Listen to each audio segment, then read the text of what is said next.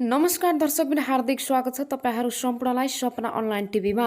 अहिलेसम्म तपाईँले सब्स्क्राइब गर्नुभएको छैन, तपाईँ नयाँ हुनुहुन्छ भने हाम्रो च्यानललाई सब्स्क्राइब गरी छेउमा रहेको बेल आइकनलाई दबाएर अलमा क्लिक गरेर साथ दिनुहोला। आउनुहोस् अब लागौँ पहिलो खबरतर्फ। उपेन्द्र यादव पक्षले थाल्यो महन्त ठाकुर सहित 4 नेतामाथि कारबाही। जनता समाजवादी पार्टी जसपाले बहुमत पक्षले अध्यक्ष महन्त ठाकुर सहित 4 नेतामाथि कारबाही गर्न थालेको छ। उपेन्द्र यादवको अध्यक्षमा बहुमत केन्द्रीय कार्य समिति बैठकले अध्यक्ष ठाकुरसँगै वरिष्ठ नेता राजेन्द्र महतो, लक्ष्मणलाल कर्ण र सर्वेन्द्रनाथ शुक्लालाई विधान अनुसार कारबाही प्रक्रिया थाल्ने निर्णय गरेको हो। पार्टीमा पछिल्लो पटक भएको सहमति विपरीत प्रधानमन्त्री केपी शर्मा ओलीको नेतृत्वमा सरकार बनाउन साथ दिएको पार्टीका नेताहरूलाई कारबाही गर्छौं भनेर राष्ट्रपति कार्यालयमा पत्र पठाएको लगायतका पछिल्ला गतिविधिका कारण कारबाही थालिएको एक नेताले बताए। उनका अनुसार विधान अनुसार स्पष्टीकरण सोध्ने र चित्त बुझ्दो जवाफ नआए निलम्बन वा निष्कासन गर्नेसम्म कारबाही हुन सक्छ। यसैगरी आउनुहोस् अब अर्को न्युजतर्फ लागौं। लोकतान्त्रिक विरुद्ध शुक्रबारको मध्यरात भइरहेको छ। शुक्रबार मध्यरातमा मुलुक चकमन निन्द्रामा भएका बेला पनि शीतल निवासमा जागै थियो। साँझ 5 बजेसम्म प्रतिनिधि सभाका बहुमत सांसदको समर्थन जुटाउन सक्ने सदस्यलाई प्रधानमन्त्री पदमा दाबी गर्न राष्ट्रपतिले दिएको समय सीमा तोकिएको थियो। समयभित्र हाल प्रधानमन्त्री केपी शर्मा ओली र प्रमुख प्रतिपक्षी नेता शेरबहादुर देउवाका 2 वटा दाबी परेका थिए। राष्ट्रपतिले संवैधानिक र कानुनी परामर्श गरेर निर्णय लिने स्वाभाविक अपेक्षा धेरैको थियो। कामको प्रकृति र राष्ट्रपति कार्यालयको परम्परा अनुसार पनि यसका लागि 2-3 दिन समय लाग्न सक्थ्यो। परम्परा अनुसार पनि त्यो साँझ शीतल निवासले एउटा विज्ञप्ति निकालेर राष्ट्रपतिले परामर्श सुरु गरेको जानकारीसम्म दिन सक्थ्यो। तर त्यसो भएन। मध्यरातसम्म शीतल निवास जागै थियो, तर त्यहाँ के भइरहेको थियो मुलुकलाई जानकारी थिएन। 81 पौने 12 बजे राष्ट्रपति कार्यालय प्रधानमन्त्री पदमा ओली र देउवा दुवैको दाबी नपुग्ने विज्ञप्ति जारी गर्यो। राष्ट्रपति कार्यालयले जनताले चुनेका जनप्रतिनिधिले दिएको निवेदनमाथि सामान्य परीक्षण गर्न जरुरी देखेन। संविधानको प्रावधान अनुसार राष्ट्रपतिले दल हेर्ने वा सांसद भन्ने विषयमा कुनै संविधानविदसँग परामर्श गरेको पनि सार्वजनिक जानकारीमा आएन। आश्चर्यजनक संयोग यो जानकारी पाएर मध्यरातमै मन्त्री परिषदको बैठक बस्यो। त्यसले प्रतिनिधि सभा विघटन गर्ने सिफारिस राष्ट्रपति समक्ष गर्यो। त्यो सिफारिस पत्र राति नै राष्ट्रपति कार्यालय पुग्ने शनिबार बिहान 1 बजे महामारीमा प्रतिनिधि सभा विघटन पनि भयो। आगामी कार्तिक र मङ्सिरमा निर्वाचनको मिति तोकिएको छ। समय र निर्णयको प्रकृति हेर्दा असम्भव काम लाग्छ। सामान्यतया 4 बजे बन्द हुने राष्ट्रिय कार्यालयमा 11 बजेपछि हुने निर्णय पर्खिएर प्रधानमन्त्री कार्यालय बसेको छ। उता प्रधानमन्त्री कार्यालय गर्ने प्रतिनिधि सभा विघटनको सिफारिस पत्र कुरेर राष्ट्रपति कार्यालय मध्यरातसम्म जागै बसेको छ। मुलुकको सर्वोच्च जनप्रतिनिधि निकाय प्रतिनिधि सभालाई समय अगावै सिद्धाउन मुलुकका 2 उपल्ला निकाय बीचमा मध्यरातसम्म आश्चर्य लाग्दो समन्वय देखिन्छ। आइतबार साँझसम्मको राजनीतिक विकास क्रम अनुसार विपक्षी अदालत जाने तयारीमा छन्। यसले प्रधानमन्त्री ओलीले चुनाव घोषणा गरे पनि आगामी केही साता मुलुकको ध्यान वरिपरि केन्द्र हुनेछ। यसरी शीतल निवास र बालुवाटारको मिले मतोमा 5 वर्ष कार्यालय पुरा नगर्दै प्रतिनिधि सभा विघटन गरेपछि यसले केही दीर्घकालीन महत्त्वका राजनीतिक र संवैधानिक प्रश्नहरू जन्माएको छ। प्रधानमन्त्री केपी ओली दलभित्र र बाहिर असजिलो अवस्थामा छन्। पार्टीभित्र माधव नेपाल पक्षसँगको सम्बन्ध कटु अवस्थामा छ। अहिले पनि माओवादी केन्द्र र नेपाली काङ्ग्रेस अनि जसपाको एउटा पक्ष उनी विरुद्ध मोर्चाबन्दीमै छ। प्रतिनिधि सभामा ओलीका लागि यो कुनै पनि बेला जोखिमपूर्ण परिस्थिति निम्त्याउन सक्ने संख्या हो। केही महिना यता जसपाको महन्त राजेन्द्र पक्षसँग नाटकीय रूपमा सुधारिएको सम्बन्ध सङ्घीय ओलीका लागि रास तहको विषय थियो। तर राजनीतिक रूपमा जतिसुकै असजिलोमा परे पनि संविधानका प्रावधानहरूको पालना प्रधानमन्त्रीका लागि स्वैच्छिक विकल्प हुन सक्दैन।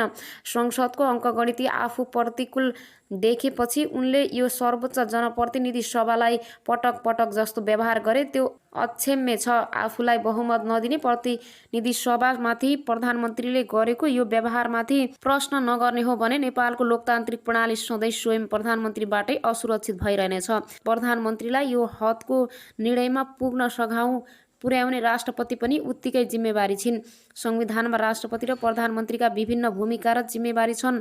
तर राष्ट्रपति र प्रधानमन्त्री मिलेका दिन संसद सिद्धिने नजिर बस्ने हो भने हामीले मुलुकमा कस्तो संवैधानिक संरचनाको व्यवस्था गरेका छौं भनेर बहस चलाउन ढिलो गर्नुहुन्न। संविधानको धारा 76 र सर्वोच्च अदालतले गरेको व्याख्याको मर्म भनेको प्रतिनिधि सभामा कुनै पनि तरिकाले सरकार बन्न सक्ने अवस्था रहँदासम्म यो संस्था विघटन हुन सक्दैन।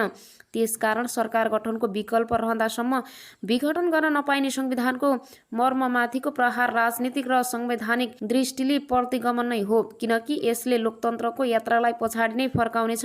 यो सबैको प्रयास हो। पटक पटक प्रतिनिधि सभा विघटन बेहोरेको आफ्नै अनुभव समेतेका आधारमा विधायकहरूले नयाँ संविधानमा यो व्यवस्था राखेका हुन्।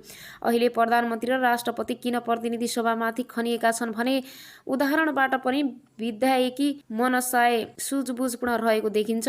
राजनीतिक नेतृत्वले उल्लङ्घन गरेका संवैधानिक र कानुनी सीमा अदालतले भोलि सच्याउला। जनताले आफ्नो मतबाट नेतृत्व सच्याउलान्, तर त्यो भन्दा पनि महत्त्वपूर्ण पक्ष मध्यरातमा यति ठुलो राजनीतिक उथलपुथल गर्नेहरूले मुलुक कोरोनाको महामारीमा छ भनेर वास्ता गरेको देखिन्न। संसद विघटन र निर्वाचनको घोषणा जनस्वास्थ्यको हिस्ट्रीबाट हेर्दा अहिले अत्यन्तै कठिन काम हो। विज्ञहरूले सरकारको महामारी आफै नियन्त्रण हुन्छ भनेर ठानेर व्यवहार गरिरहेको भनेका छन्।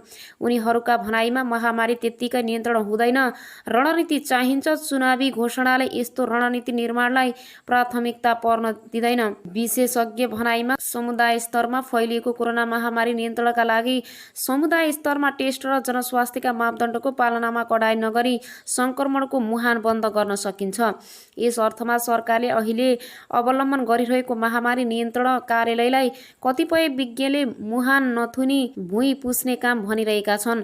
थाहा पाउनुपर्छ, सुरक्षित अवस्था बिनाको चुनावी गतिविधि महामारी फैलिने कारण बन्न सक्छ। यसको स्पष्ट अर्थ के हो भने जनस्वास्थ्यको दृष्टिले कुनै ठुलो सुधार नआई तत्कालै मुलुकले निर्वाचन धान्न सक्ने अवस्था छैन। समग्रमा संसदको राजनीतिक सन्तुष्ट संविधानको कार्यान्वयन र महामारीको सामना तीनै हिस्ट्रीले राष्ट्रपति र प्रधानमन्त्रीको मिलेमतोमा चालिएको पछिल्लो कदम आपत्तिजनक छ। यो राज्य व्यवस्थाको उपल्लो संरचनाहरूबाट संविधान र लोकतन्त्रमाथि भएको हमला हो। संवैधानिक विकल्प समेत प्रयोग गरेर लोकतन्त्रलाई लिकमा ल्याउनु आजको आवश्यकता हो। यसैगरी आउनु सब अर्को न्युजतर्फ लागौं। संसद विघटनमाथि उठेका दुई प्रश्न हुन्। शुक्रबार मध्यरातमा प्रतिनिधि सभा विघटन गरेसँगै यो असंवैधानिक किन भन्ने बहस पुनः सुरु भएको छ। संसद विघटन असंवैधानिक भएको भन्दै विपक्षी गठबन्धनले सर्वोच्च अदालत जाने भनिसकेकाले यो बहस फेरि न्याय निरूपणको विषय बन्न पक्कै जस्तै भएको छ। प्रधानमन्त्री केपी शर्मा ओलीले 5 पुस 2077 मा संसद विघटन गरेका थिए, जसलाई सर्वोच्च अदालतले असंवैधानिक ठहर गर्दै 11 फागुनमा बदर गरिदिएको थियो। संवैधानिक कानुनका विज्ञहरूले अहिले पनि प्रधानमन्त्री र राष्ट्रपतिले संविधानको प्रावधान मिचेर संसद विघटन गरेको बताएका थिए। पहिलो संविधानको धारा 76(3) अनुसार नियुक्त प्रधानमन्त्री ओलीले संसदबाट विश्वासको मत नलिएको र राजीनामा पनि नदिएको अवस्थामा 76(4) अनुसार नयाँ सरकार गठनको प्रक्रिया सुरु गर्नु। दोस्रो धारा 76(4) अनुसार प्रधानमन्त्री नियुक्तिका लागि आधार प्रस्तुत गर्न राष्ट्रपतिबाट अस्वीकार हुनु। 2 वा 2 भन्दा बढी दल मिलेर सरकार बनाउन नसकेपछि राष्ट्रपति विद्यादेवी भण्डारीले संविधानको धारा 76(3) बमोजिम संसदको ठूलो दल नेकपा एमालेको संसदीय दलका नेता केपी शर्मा ओलीलाई 30 वैशाखमा प्रधानमन्त्री नियुक्त भएकी थिइन्। धारा 76(4) अनुसार उनले 30 दिनभित्र संसदमा विश्वासको मत लिनु पर्थ्यो, तर बिहिबार मन्त्री परिषद बैठक राखेर विश्वासको मत पाउने परिस्थिति नभएको भन्दै 76(4) अनुसार सरकार गठनको प्रक्रिया सुरु गर्न आग्रह गर्ने निर्णय गरे। लगत्तै राष्ट्रपति भण्डारीले प्रधानमन्त्रीले माग प्रशस्त गरेको भन्दै 24 घण्टाको समय दिएर 76(4) अनुसार प्रधानमन्त्रीका लागि आधार प्रस्तुत गर्न आह्वान गरिन्। संविधानविदहरूका अनुसार संविधानको उल्लङ्घन यही हो। 76(3) का प्रधानमन्त्रीले संसदबाट विश्वासको मत प्राप्त नगरेमा वा राजनीतिमा दिएमा मात्र प्रधानमन्त्री पद रिक्त हुन्छ र राष्ट्रपतिले 76(4) अनुसार अर्को सरकार गठनको प्रक्रिया थाल्न मिल्छ। संविधानविद वरिष्ठ अधिवक्ता चन्द्रकान्त ग्यावाली भन्छन्, प्रधानमन्त्रीले संसदमा विश्वासको मत लिने हो, नसके त्यही राजीनामा गर्ने हो, त्यसपछि बल्ल धारा 76(4) को प्रयोग हुन सक्छ। तर प्रधानमन्त्रीले जनताको सार्वभौम सत्ता ममा छ भनेर बस्नु पर्यो।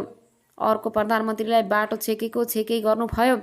उनका अनुसार प्रधानमन्त्रीले संविधान मिलेर नयाँ सरकार गठनका लागि सिफारिस गर्दा संविधानको संरक्षक राष्ट्रपतिले विश्वासको मत ल्याउ नभएर राजीनामा मागेर भन्नुभयो। तर राष्ट्रपति भण्डारीले प्रधानमन्त्रीकै सिफारिस अनुसार नयाँ प्रधानमन्त्री नियुक्तका लागि आधार प्रस्तुत गर्न आह्वान गरिन्। राष्ट्रपतिको कदम असंवैधानिक भएको दाबी गर्दै जेठ 6 गते कानुन व्यावहारिक सर्वोच्च अदालत गएका तर ऋण दर्ता नभएन। प्रधानमन्त्री ओलीले राजीनामा दिनुपर्छ भन्ने तर्क गरेका दलहरू पनि नयाँ प्रधानमन्त्री नियुक्तिका लागि दाबी प्रस्तुत गर्न गए। नेपाली काङ्ग्रेसका सभापति शेरबहादुर देउवाले आफ्नो दलका 61 का साथै माओवादी केन्द्रका 49, एमालेको माधव कुमार नेपाल समूहका 26, जसपा उपेन्द्र यादव पक्षका 12 र राष्ट्रिय जनमोर्चाका 1 गरी 149 सांसदको हस्ताक्षरसहित प्रधानमन्त्रीमा दाबी पेश गरे। प्रधानमन्त्री ओलीले पनि एमालेका 121 र जसपाका 32 सांसदको साथ आफूलाई भएको भन्दै प्रधानमन्त्रीमा दाबी पेश गरे। उनले संसदको व्यक्तिगत समर्थन नलिई संसदीय दलको नेताको समर्थन राष्ट्र समक्ष बुझाएका थिए। तर राष्ट्रपति भण्डारीले सांसदहरू एकअर्कामा दोहोरो परेको दलको निर्णय विपरीत एकले अर्कालाई समर्थन गरेको र सम्बन्धित दलले मान्यता नदिई लेखेर आएको भन्दै देउवा र ओली दुवैले संसदमा विश्वासको मत प्राप्त गर्ने आधार नदेखेको भन्दै धारा 76 को प्रधानमन्त्री नियुक्त हुन नसक्ने उल्लेख गरिन्। राष्ट्रपतिले 76 अनुसार प्रधानमन्त्री नियुक्त हुन नसकेको बताए। लगतै मध्यरातमा मन्त्री परिषद बैठक बस्यो, संसद विघटन गरी मध्यावधि चुनाव घोषणा सिफारिस गर्यो। राष्ट्रपतिले पनि त्यसलाई सदर गरिन्। संविधानका जानकारहरूका अनुसार यहाँ पनि राष्ट्रपतिबाट असंवैधानिक काम भएको छ। धारा 76 को प्रधानमन्त्री चयन हुने सम्भावना हुँदाहुँदै राष्ट्रपतिले जानी बुझी संसद विघटन गर्ने प्रधानमन्त्री ओलीको चाहनालाई साथ दिएको उनीहरू बताउँछन्। संवैधानिक कानुनका जानकार डाक्टर रुद्र शर्मा भन्छन्, शेरबहादुर देउवाले 149 सांसदको हस्ताक्षर लिएर राष्ट्रपति समक्ष पेश गरिसकेपछि कुनै थप प्रमाण चाहिँदैन। 149 जनाको समर्थन छ भन्ने स्थापित छ भने कुन कुरा हो। उनले अघि भने यदि राष्ट्रपतिलाई 2 विधा भएको भए संसदमा टेस्ट गर्नुपर्ने थियो। शर्माका अनुसार प्रधानमन्त्रीले जो राजनीति गरे मान्छे हो, उसले राजनीतिक दाउपेच हेर्ने र संविधानको ग्रे एरियामा खेल्न सक्छ। उनले भने त्यसलाई चेक एन्ड ब्यालेन्स गर्ने र राष्ट्रपतिले हो। तर राष्ट्रपति भने संस्थाको विश्वास समाप्त भयो। अब यो संविधानको रक्षक नै कोही भएन। राष्ट्रपति संस्थामाथिकै विश्वास समाप्त हुनु अहिले सबैको ठूलो क्षति भएको उनको भनाइ छ। तर प्रधानमन्त्री निकट कानुन व्यवसायी र संविधानका जानकारहरू भने संसद विघटनलाई असंवैधानिक भन्न नमिल्ने तर्क गर्छन्। उनीहरूका अनुसार सर्वोच्चको 11 फागुने फैसला अनुसार संविधानको सरकार गठबन्दी धारा 76 को उपधारा 1, 2, 3 र 4 प्रयोग हुँदा संसदले सरकार दिन सकेन। त्यसैले संसद विघटन भयो। पूर्व महाधिवक्ता एवं वरिष्ठ अधिवक्ता अग्रिक खरेल 76 का प्रधानमन्त्रीलाई विश्वासको मत पाउँछु भन्ने नलागेमा विश्वासको मत लिनुपर्ने बताउँछन्। विश्वासको मत पाउन सक्दिन भनेर उहाँले सरेन्डर गरेर अर्को कारणका लागि मार्ग प्रशस्त गर्नुभएको उनले भने। तर पछिल्लो जनता समाजवादी पार्टीको महन्त ठाकुर र राजेन्द्र महतोले विश्वास दिन्छु भनेपछि धारा 76 को प्रधानमन्त्रीको दाबी गरेको खरेलको जिकिर छ। धारा 76 अनुसार प्रधानमन्त्री नियुक्तिका लागि कसैको दाबी नपुगेकै कारण संविधान अनुसार संसद विघटन भएको उनले बताए। प्रधानमन्त्रीका लागि परेको दुवै दाबी विवादास्पद भएकोले राष्ट्रपति विवादमा पर्न नचाहेको खरेल बताउँछन्। फलानालाई दिने र फलानालाई नदिने भन्ने त राष्ट्रपति विश्वस्त हुने आधार त देखिनु पर्थ्यो। उनले भने केही संसदको दुवैतिर समर्थन देखिएपछि कन्ट्रोभर्सियल हुने भयो। राष्ट्रपति कन्ट्रोभर्सियलमा पर्ने संसद विघटन बाहेक अर्को बाटो नरहेको खरेलको दाबी छ। संसदको व्यक्तिगत हस्ताक्षरले धारा 76 को प्रधानमन्त्रीमा दाबी नपुग्ने वरिष्ठ अधिवक्ता खरेल बताउँछन्। धारा 73 सम्म दलीय रूपमा हुने पनि उनी उपधारा 4 मा गइसकेपछि त्यसको व्यवस्था निर्दलीय बन्दै उनले भने जबसम्म दलका नेताले हस्ताक्षर दिँदैन त्यसका सदस्यले मैले समर्थन गरे भन्दैमा मान्यता दिन मिल्दैन। वरिष्ठ अधिवक्ता विजयकान्त मैनाली पनि सरकार गठनको प्रक्रिया पूरा गरेको देखिएकाले यसपटक संवैधानिक रूपमा विवाद उठाउने ठाउँ नभएको बताए।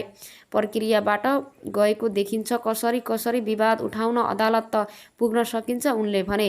तर यसपटक संवैधानिक भन्दा राजनीतिक विषय बढी भएको मैनालीले बताए। यसैगरी फेरि पनि तपाईहरूको माझमा नयाँ न्युजहरू ल्याएर उपस्थित हुने नै छु। सपना अनलाइन टिभीलाई लाइक, कमेन्ट, शेयर, सब्स्क्राइब गरी साथै छेउमा रहेको बेल आइकनलाई दबाएर अलमा क्लिक गर्न नबिर्सनुहोला भन्दै अहिलेलाई भने तपाईहरूको माझबाट बिदा हुन चाहन्छु। हस्त नमस्ते।